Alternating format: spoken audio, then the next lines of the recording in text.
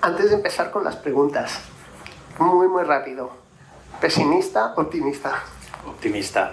Optimista. Optimista. Optimista siempre. Venga, genial. Todos a verlo. Vamos a empezar con algunas preguntas porque es muy interesante. Vamos a hablar de algo tecnológico para un perfil que no es tecnológico, pero sí que tiene que lidiar con personas que están en el ámbito tecnológico, y es muy importante la información que puedan tener, y por eso hemos querido que haya una selección de personas tequis y no tan tequis, ¿vale? Entonces yo os voy a preguntar algunas preguntas. Vamos a empezar con ¿cuáles son las oportunidades, sobre todo, que vemos en la irrupción de la inteligencia artificial? En concreto vamos a hablar de ChatGPT. ¿Hay alguien que haya usado ChatGPT en esta sala? Vale, y ahora voy a hacer... No me atreví a hacer la que realmente... ¿Hay alguien que no haya usado ChatGPT aún? Hay que empezar. Vale. ¿Cuáles son las oportunidades? Empezamos por aquí, si queréis vamos... ¿Vale? Oportunidades en la irrupción de la inteligencia artificial, en concreto ChatGPT, en el área de recursos humanos y talento digital. Bueno, pues las oportunidades que ofrecen estos modelos de inteligencia artificial, modelos de lenguaje, con capacidades de conversación muy potentes y que son que tienen conocimiento de cantidad de cosas de muy distintas áreas, pues lógicamente estos modelos son capaces de mantener conversaciones para hacer entrevistas y poder hacer algún filtrado, bueno, pues para poder obtener información de posibles candidatos, sobre todo a nivel de entrevistas de trabajo, en las cuales pueda ser requerido un conocimiento experto de alguna materia, que igual puede ser un poco difícil tener personas expertas para muy distintas áreas y poder hacer estas entrevistas. Entonces, bueno, pues estas herramientas ofrecen mecanismos para hacer entrevistas expertas impresionantes, porque tienen conocimiento de muchísimos campos. Gabriel. Bueno, yo creo que sí, efectivamente, ChatGPT es, a pesar de ser un chatbot, y realmente lo que hace años que estamos en este tema de inteligencia artificial no es ninguna novedad lo del chatbot, ¿no? Pero creo que ha salido un poco prematuro, o sea, por la potencia de proceso que tiene, esa gran cantidad de datos que ha adquirido. Haría falta un poco dar ese marco de buena gobernanza para que salga con garantías, porque ahora tengo que decir que ahora mismo ChatGPT es completamente ilegal, ahora mismo con la ley en la mano. Entonces, bueno, hubiéramos querido que sea más garantista en ese aspecto, ¿no? Luego vamos a hablar de esto. El tema legal es muy importante porque llega un momento que te plantea... Sabéis todos que en Italia se ha querido prohibir el uso de ChatGPT, que me parece la tontería más grande del mundo.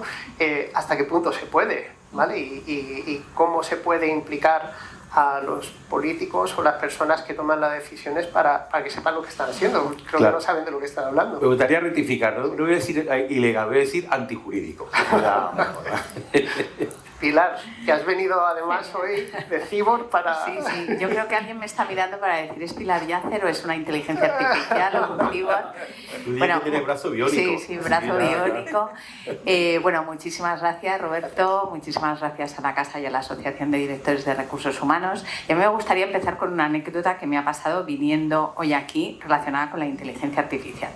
No he podido coger un Uber porque estaban todos hasta arriba y he cogido un taxi al lado de mi casa y le digo al señor, voy a Arturo Soria 245. Y dice, ¿dónde cae, señora? Digo, ya empezamos mal. Digo, no lo sé, no he estado nunca, pues usted sabrá, ¿no? Digo, pero vamos, se lo miro sin un momento en el móvil. Y dice, no, deje. Y se saca de abajo del asiento una guía callejero. Los más jóvenes no saben lo que son, pero es un tocho así que venía en todas las calles de Madrid. ¿Con esto qué quiere decir? Y yo le digo, no he podido, yo soy muy habladora, pues mire qué casualidad que voy yo a un evento a hablar de inteligencia artificial. Digo, no usa Google dice, uy señora, esto no falla nunca,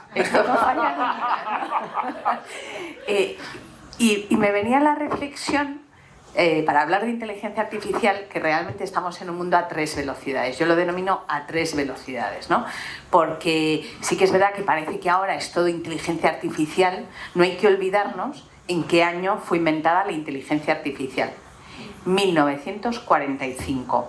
Alan Turing diseñó el primer programa de ajedrez en el que un humano no podría distinguir al jugar si estaba jugando con una persona o con una máquina.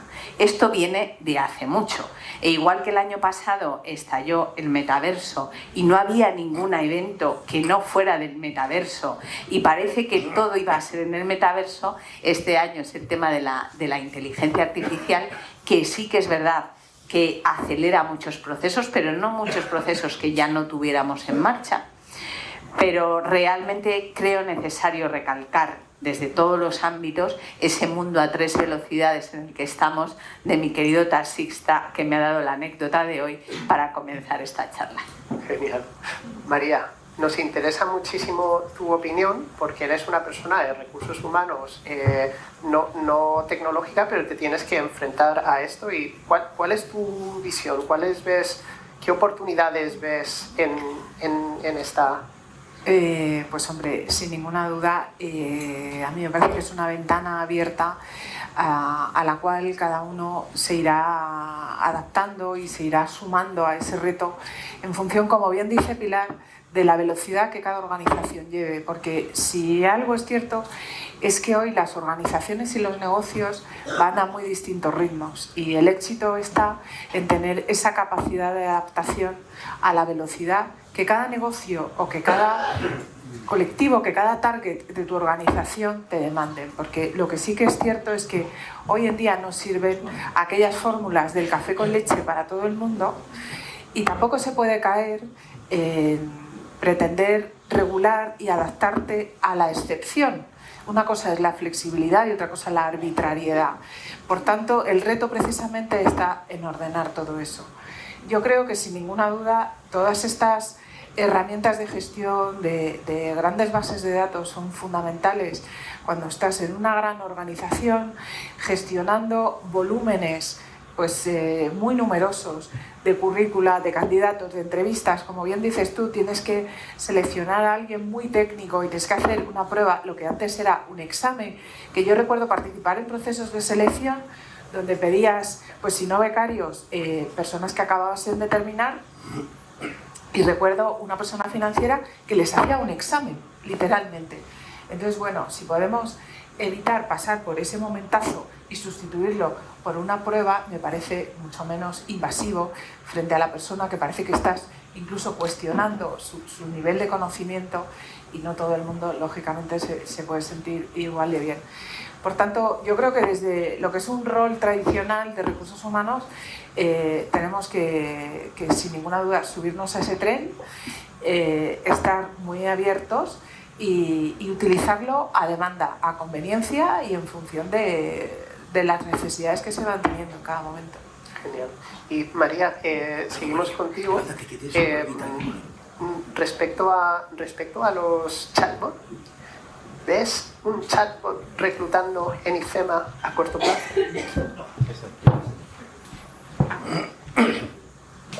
Mientras la arreglan, Pilar, cuéntanos tu experiencia con chatbots en clientes, como haces consultoría para muchas grandes empresas. ¿Cuál es el nivel de aceptación? ¿Cómo ven la posibilidad de incorporar un chatbot para hacer un trabajo realmente igual de reclutamiento o de filtrado mediante conversaciones natural? Los que habéis trabajado con ChatGPT, lo increíble realmente frente a los chatbots es que lo puedes hablar con una persona normal. Es un texturing muy cerca de ser perfecto, ¿no? Entonces, ¿cuál es tu visión? En el ámbito de selección y reclutamiento, que es donde quizás a nivel histórico yo tengo más experiencia, ya me acuerdo de mi etapa de Catenon hace muchos años, que implementamos muchos sistemas para automatizar cribado con algoritmos para selección de candidatos, pero a mí me gustaría, la experiencia, pues no lo sé, creo que la tenemos todos a día de hoy. Cuando llamas a una teleoperadora, por favor, quiero hablar con una persona. Estamos todavía en un paso, no sé si porque todavía no lo han implementado mucho, en un plazo bastante lejano de ni siquiera a nivel de un niño de 5 años, yo creo que tiene respuestas más inteligentes. ¿Cuál es el paso previo? Que nos quedan todavía muchos deberes que no son del ámbito digital, pero hay que transportarlos al ámbito digital. En el ámbito de selección y reclutamiento, para mí el básico es contestar a un candidato. Fijaros qué problema tan complicado de inteligencia artificial. Contestar al candidato. Desde hace muchísimos años, sistemas ATS, pero sigue faltando algo. Con lo cual la tecnología tiene que empujar, pero tiene que haber una decisión. Tiene que haber un pensamiento por parte de recursos humanos y preguntarse siempre o cualquier área para qué quiero yo implementar esa tecnología. Y sobre todo, que bueno, me imagino que lo mencionemos, toda la parte de sesgos que está teniendo ahora la inteligencia artificial, pero no solamente sesgos legales. ¿Por qué? Porque los sesgos legales, seguramente tú lo sepas muy bien, tipo edad, género, localización, eso sí que pueden ser claramente estipulados para que un algoritmo no cribe en función de esos sesgos, pero ¿qué es lo que ocurre? Que ahora el algoritmo aprende de lo que nosotros hemos considerado bueno o malo en el pasado. Entonces, si se considera bueno una persona en la organización que es la que más tiempo lleve, si eso lo consideramos bueno, el algoritmo lo va a aprender y va a considerar que eso es exitoso. Claro, ¿una persona buena siempre es la que más tiempo lleva en la organización? No necesariamente, no necesariamente. Con lo cual es el momento para mí crítico, no solamente de pensar qué herramientas tenemos, sino de pararse a pensar lo que nos parece bueno, malo, justo e injusto, que tenemos una responsabilidad enorme. Y es que los algoritmos aprenden del pasado y en función de eso hacen predicciones. Hay un campo nuevo que es análisis de sentimientos, que el otro día escuché una explicación de cómo es para niños de 5 años y es muy brutal, es tomar las frases y asignarlas un vector matemático, con lo cual objetivizas un sentimiento y es brutal. Hay un campo muy interesante ahí para los recursos humanos y creo que esto va a ser muy importante para esto y para los sesgos. Gabriel, desde un punto de vista legal, ¿qué implicaciones puede tener que un chatbot te contrate o en el futuro quien dice que no, te despida? Pues ya estamos viendo despidos por SMS. por Zoom. Exactamente. Bueno, al hilo de lo que decía Pilar y lo que comentabas tú, de hecho, la inteligencia artificial ya está seleccionando candidatos, ¿no? Ya está automáticamente leyendo esos currículos y demás y está haciendo esa especie de criba que ha sido desafortunado en el caso, por ejemplo, de Amazon en Estados Unidos, que increíblemente dejaba de lado a una cantidad de mujeres importantísimas que estaban realmente capacitadas para ese puesto y sin embargo por un pequeño dato que decía la inteligencia artificial que las mujeres estaban un poquito más de baja que los hombres, por ese poquito realmente el resultado, el de desvío fue brutal, ¿no? Por eso falta lo que tú comentas, la parte de emoción, esa parte de empatía, ¿no? Que falta la inteligencia artificial.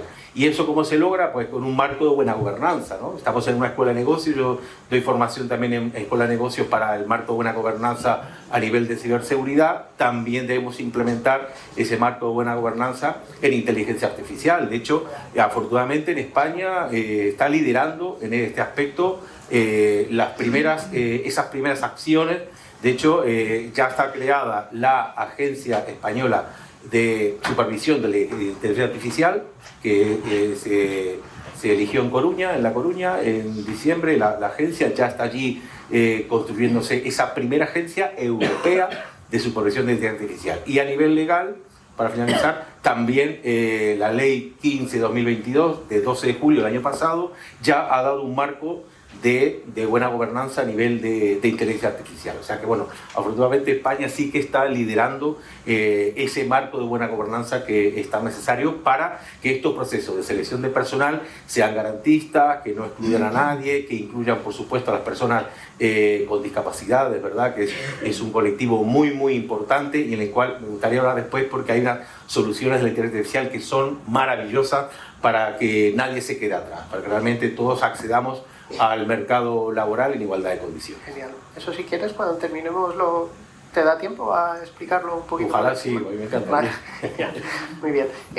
Daniel, me interesa mucho tu punto de vista. Tú, algunas de las personas que están aquí estuvieron en el Desayuno de Talento Digital, donde tú hace bastante tiempo ya, hace por lo menos 4 meses, 5 meses, hiciste una demo de un reclutador en inteligencia artificial y en vivo, jugándotela en una demo, cambiase los parámetros para que buscara a alguien más inteligente, más ambicioso, o sea, que fuera capaz de valorar todas estas soft skills que son bastante difíciles, ¿no? Sí. ¿Cuál es tu opinión? Bien, mi opinión es que efectivamente todavía, bueno, sobre todo cuando he hecho bastantes pruebas de ingeniería de prompts, que es como las órdenes que le das a ChatGPT para que ejecute este tipo de entrevistas, y en mis pruebas la verdad que lo que es la interacción es estupenda porque hace preguntas muy interesantes e indaga sobre los conocimientos de la persona de maneras bastante sorprendentes, pero luego, sin embargo, efectivamente en la valoración todavía se ve la necesidad de que haya una persona que lea esas interacciones y analice el resultado, porque es verdad que los análisis, es curioso, se ve claramente que o sea, que al modelo se le ha pedido ser muy benévolo y ser poco crítico, con lo cual, si haces pruebas de un candidato muy malo,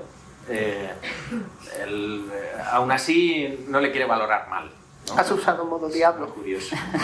No, pero sí que es verdad que con ingeniería de prompts se le puede forzar a que no sea tan benévolo, o sea que hay maneras de hacer que los sistemas, bueno, pues se adapten más a los requerimientos de ese tipo de entrevistas, pero sí que todavía yo veo clarísimo que esto no es un sistema que pueda hacer. Bueno, se pueden hacer filtrados, efectivamente, para grandes cantidades de candidatos, pero luego tiene que haber una revisión. Si me permites ahí, fijaros, ha dicho Roberto, yo doy unas instrucciones para que seleccione al más inteligente, al más resolutivo, al más empático. Claro, yo quiero que penséis en un paso más atrás. ¿Qué considera la organización que es el más inteligente? ¿El que mejor nota saca? O sea, para mí claro. Ahora esta cuestión no solamente el diseño del algoritmo, sino lo que una organización considera que es más inteligente, más resolutivo, más empático. Eso se le puede decir. Se le puede decir, claro. Se le puede En el pero decir, seguramente... o incluso puedes hacer un entrenamiento, un fine-tuning del modelo. Claro. O sea, no hace falta usar GPT tal cual. Sí, Puedes hacer eso es un previo. Pero que adicional. seguramente una organización tenga diferentes parámetros del tipo de talento que necesita, de lo que considera que es más inteligente que otra. O el algoritmo va a aprender, como decías tú, el de Amazon, de lo que ha sido mejor para la organización frente a eso. Entonces, me parece, estamos en un momento crítico para enseñar y aprender del algoritmo también, ¿no? Y aprender de los fallos que tiene. Lo que has dicho es interesantísimo, y aquí la vieja óptimos por los importante, porque para mí inteligente es una persona que sabe resolver problemas, pero para otra persona es el que haya sacado 10 en todo, que a mí me da igual que haya sacado buenas y luego haya memorizado, sino. Entonces es muy importante, y cada vez más vemos que hay unos prompts, cuando le hacen la pregunta de dime no sé qué, no sé cuánto, pues hay prompts que los tienes que dar en trozos, porque no te caben todos, no te acepta una cosa tan grande al final, ¿vale? Muy interesante.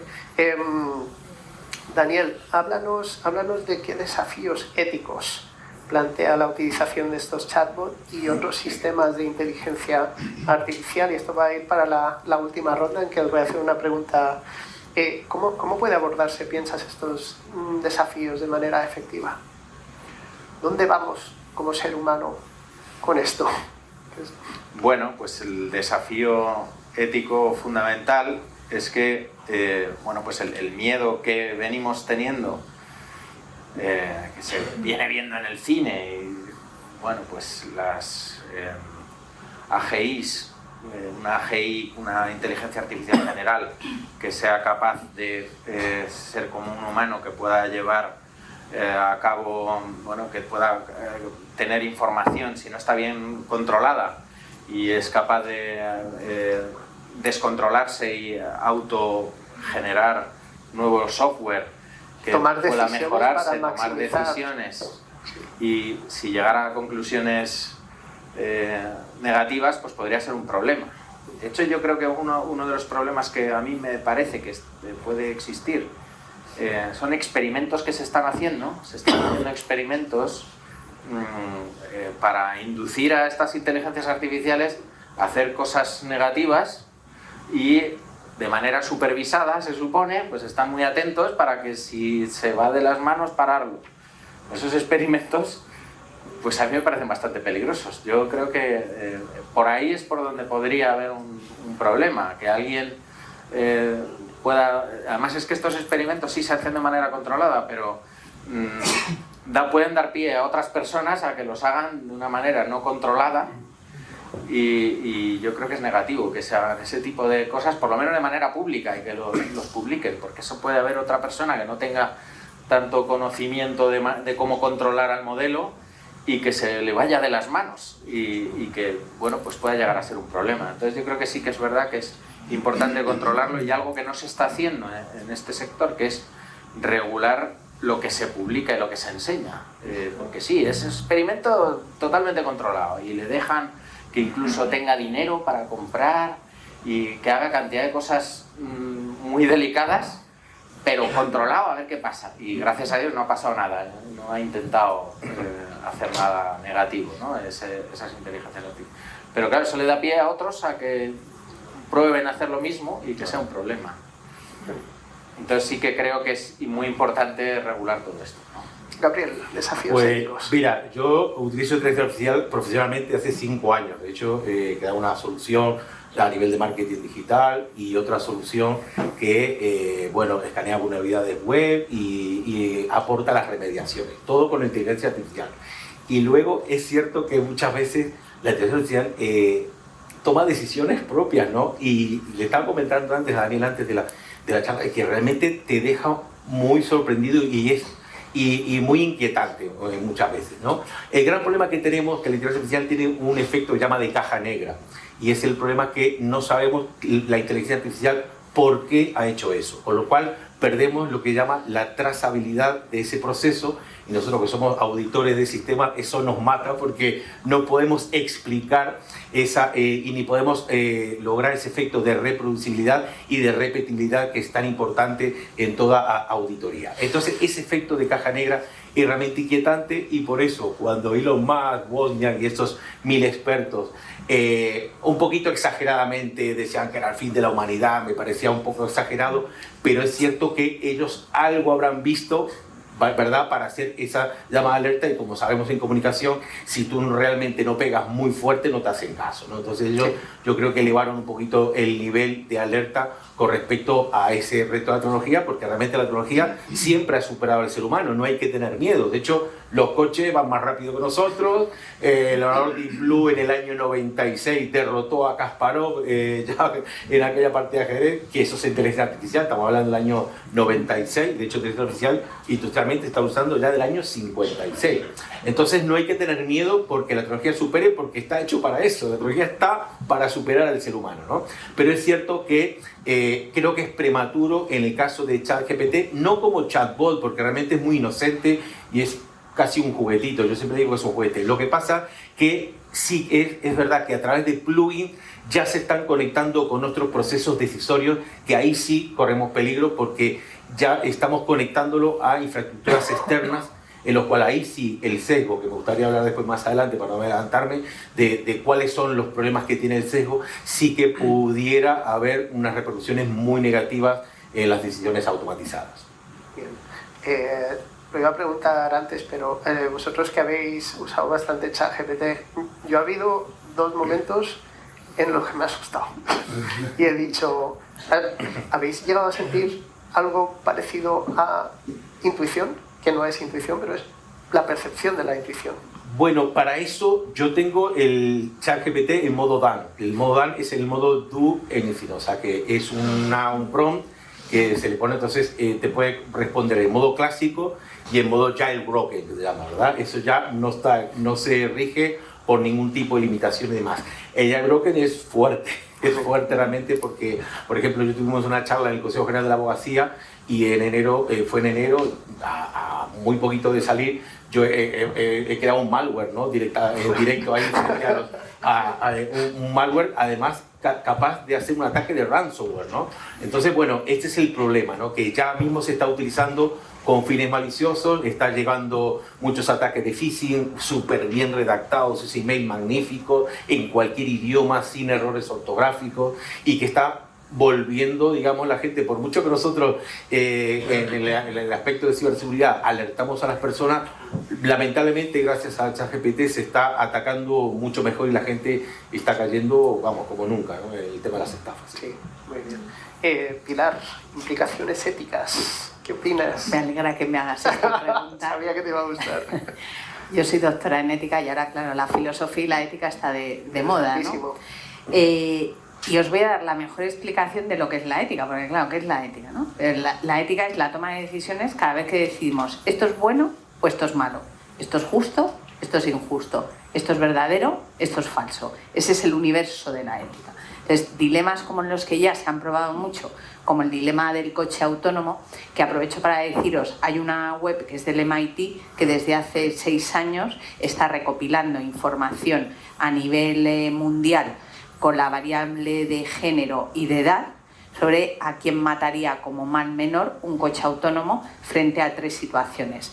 Con esa parte de datos que están recopilando se están construyendo los algoritmos de los coches autónomos. Así que mucho cuidado al hacer el ejercicio a quién vamos a priorizar en el menor de los casos matar. Hay que saber en qué caso estás tú y cambiar de caso. Efectivamente.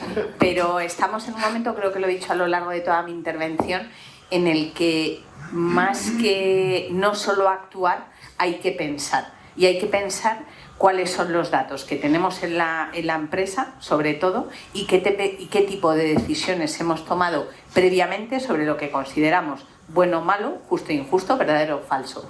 Porque la inteligencia artificial va a tomar decisiones y podemos introducir alguna otra variable, pero en base a eso, con lo cual no nos sorprendamos.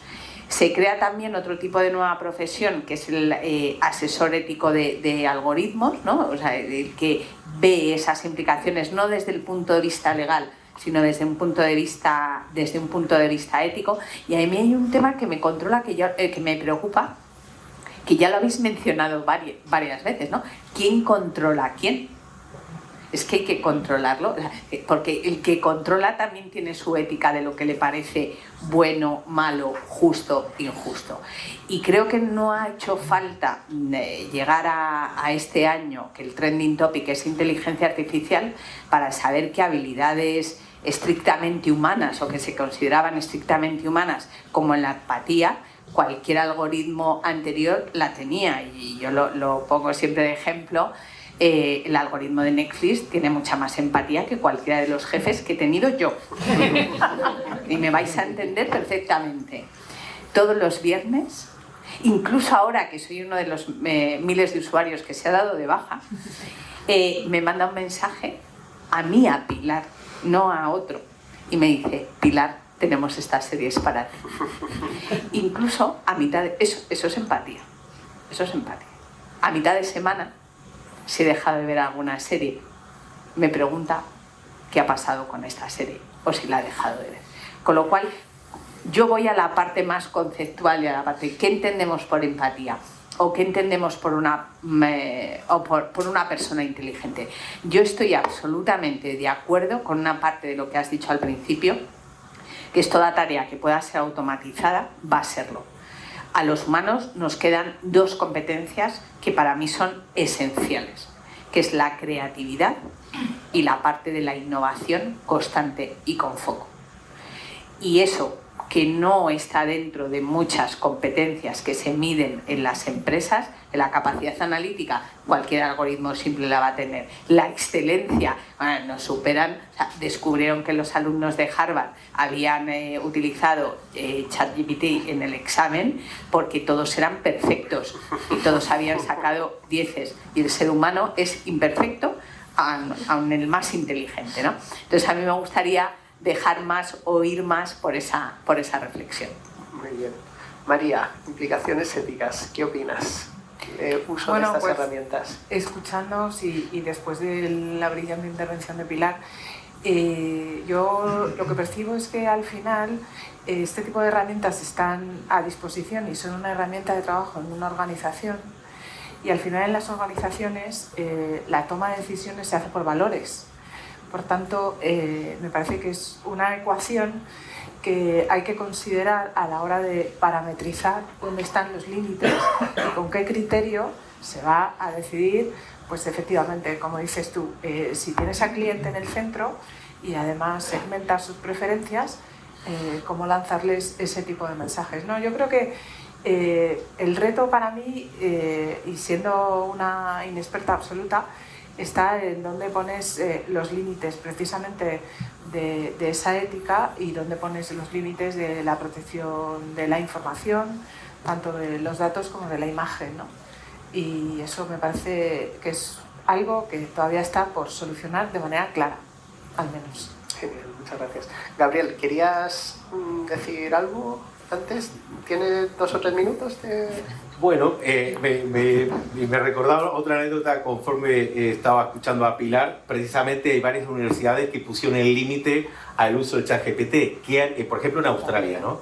¿Qué ha pasado? ¿Qué han hecho los alumnos? Que además ¿qué han hecho los alumnos? Han puesto ChatGPT conectado con una impresora y con un boli. Entonces, como ha dicho la universidad, a partir de aquí hay que traer los trabajos en boli. Pues el vídeo es alucinante porque estás viendo con ChatGPT escribiendo el boli fijado a la impresora y haciéndole toda la tarea con ChatGPT. Es decir, que prohibir realmente no es la solución. Yo, un poco por volver a ese anuncio de Elon Musk y de todos estos expertos, yo me preguntaba, ¿por qué 6 meses? ¿No? O sea, que han lanzado un poco a voleo, ¿no? Del plazo, ¿no? Yo creo que no es necesario ni siquiera parar el entrenamiento artificial, sino sencillamente vigilarlo con auditorías públicas. Este tiene que ser el sistema, auditorías públicas. Si hacemos auditorías públicas con esas respuestas que está dando ChatGPT, sí que podemos garantizar una neutralidad ideológica. Ahora mismo yo estoy hablando con un investigador llamado David Rosado, que es un estadístico y que ha hecho precisamente varias auditorías con respecto a esos prompts de ChatGPT y ha concluido que realmente ideológicamente está muy desviada hacia la izquierda. De hecho, a ChatGPT le preguntas por qué los votantes republicanos son idiotas y te contesta, y sin embargo si dice por qué los votantes demócratas son idiotas y dice que no, que eso viola las normas y demás. O sea, que, sí, tal cual, ¿no? O sea que bueno, y por ejemplo, otro de los desvíos que tiene es que no hace chistes de mujeres pero sí de hombres, ¿no? O sea, este es el tema, que hay mucho de desvío. Entonces, bueno, ¿cómo solucionamos eso? ¿Cómo logramos esa neutralidad ideológica? Pues con auditorías públicas, para intentar que realmente esté ahí en el medio, ¿no? O sea, neutral. Es un problema tanto que sea para la izquierda como para la derecha, claro, ¿no? Genial. Está clarísimo. Bueno, vamos a tener que dar paso a la siguiente mesa, pero para finalizar, sabéis que desde hace unos años se habla mucho de tecnologías disruptivas y la verdad es que la revolución industrial ahí fue una disrupción muy grande y luego la electricidad, luego la informática, ahora la inteligencia artificial, llegamos a un momento que es una disrupción de tal magnitud que yo creo que solo se puede comparar con el nacimiento del fuego. Y un dato que me enteré el otro día, que no me imaginaba, que desde que se descubrió cómo hacer el fuego hasta que todo el mundo lo sabía hacer, pasaron 700.000 años.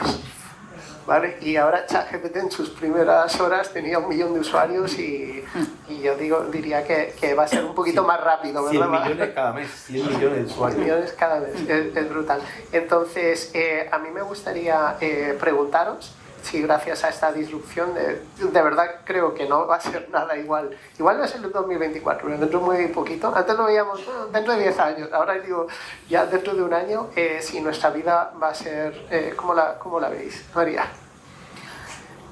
Pues efectivamente a mucha más velocidad de lo que ha transcurrido hasta ahora, pero yo creo que en determinados momentos el ser humano también necesita parar, detenerse y pensar, y todo esto pues tiene que ser herramientas que estén a nuestra disposición, que nos faciliten la vida, el trabajo, la toma de decisiones y las relaciones, pero al final yo creo que la tecnología evidentemente no puede sustituir el contacto, la relación humana, ¿no? Antes hablábamos de cómo nos puede ayudar en los procesos de selección. Yo creo que el ver cómo una persona sostiene la mirada o cómo argumenta, pues es algo irreemplazable, porque además lo analizamos cada uno de acuerdo con nuestros valores y nuestros prismas, que son independientes, individuales y únicos, ¿no? Entonces, sin ninguna duda, el futuro es apasionante.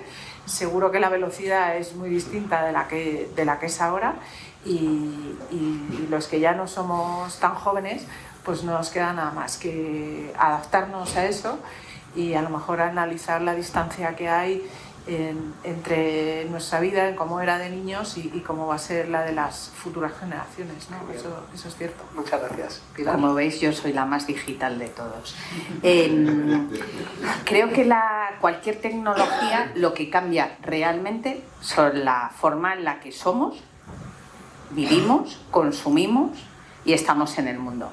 Claro, si yo os pregunto, ¿qué ha cambiado exactamente WhatsApp en vuestras vidas o en el entorno de trabajo? Fijaros, WhatsApp tiene algo maravilloso, que es el doble check y el que sé que me has leído y que me dejas sin contestar. Me dejas en visto. Efectivamente, que no me venía ahora cuál es la frase que tanto me repite mi hija que le hacen a algunas personas. Me dejas en visto. Fijaros esto, el impacto que tienen las organizaciones. Que luego nos preguntamos por qué se van algunos. Porque claro, no puedes ahora no dejar en visto. Esa parte de instantaneidad para mí ha cambiado, es parte de la tecnología que cambia todo. O, por ejemplo, el efecto aburrimiento. Nos aburrimos ahora muy rápidamente de todo. ¿En cuánto tardáis en decidir si seguís viendo una serie o no? Yo 5 minutos.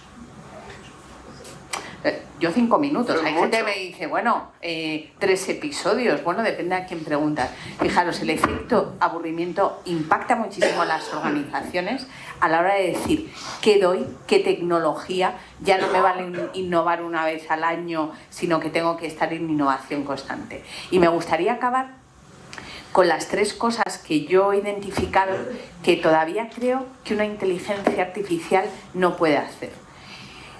Una es enamorarse de alguien cuando sabes que es un malote.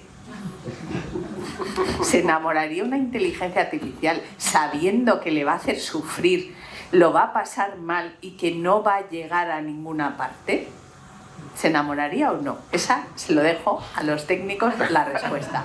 Segunda, ¿se estrellaría una inteligencia artificial 3 veces contra la misma piedra? Yo soy de las que me estrello 10, ¿no? Contra la misma, sabiendo la misma situación, sabiendo que vas a perder y aún así te estrellas. Y la última, creo que falta todavía esa parte de conectar 2 cosas que no tienen absolutamente nada que ver. De un modo aleatorio lo podrá hacer la inteligencia artificial, pero me parece esa conexión de unir, se llama pensamiento lateral, como 3 desafíos que todavía queda la inteligencia artificial. Muy bien. Muchísimas gracias. Gabriel. Bueno, quería decir que como ya he dicho que era antijurídica, ChatGPT quería explicar por qué, para no dejar con el tema. Hay 4 apartados del acuerdo de uso que se enfrentan claramente al reglamento de protección de datos, ¿verdad? Dice de manera muy abstracta que los datos van a ir a unos servidores en California, pero realmente no es garantista en cuanto a lo que es la transparencia que obliga el GRPD, ¿no?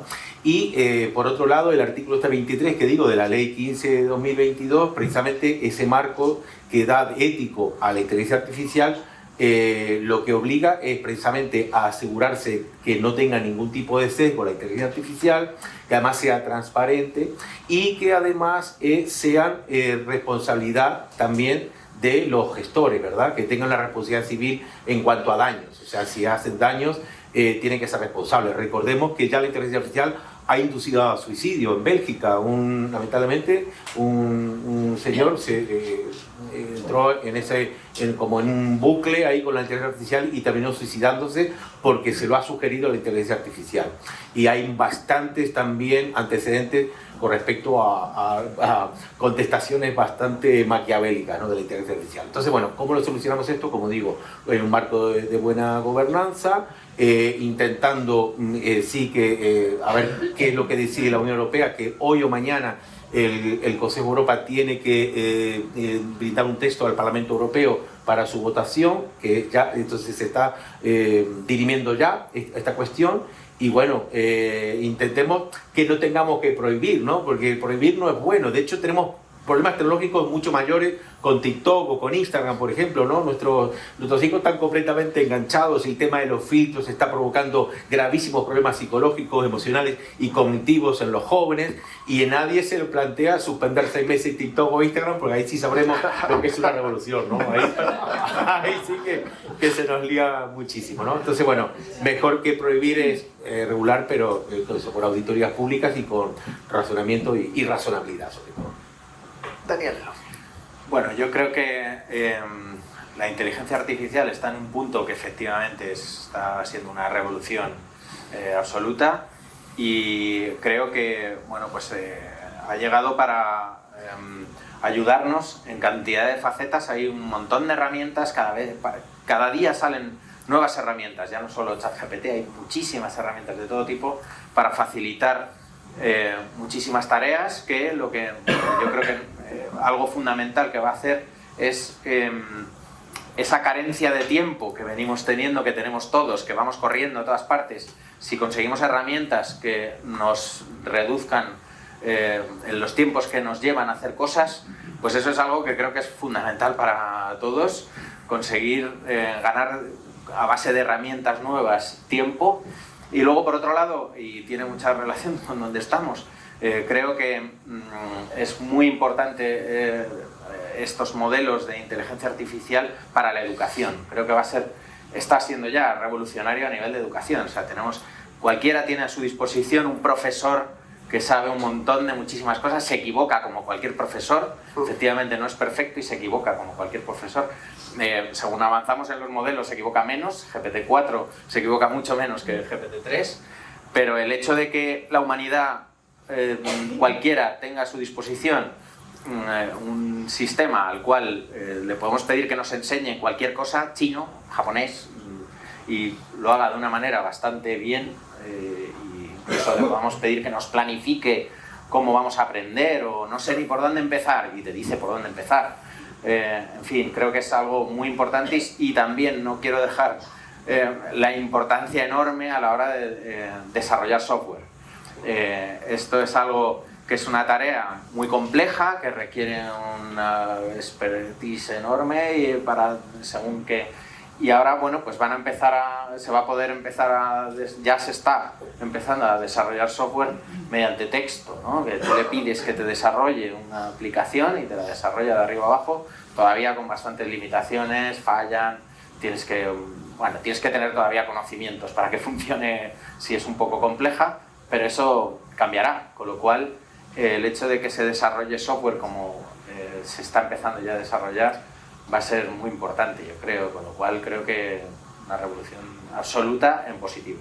Una disrupción muy grande.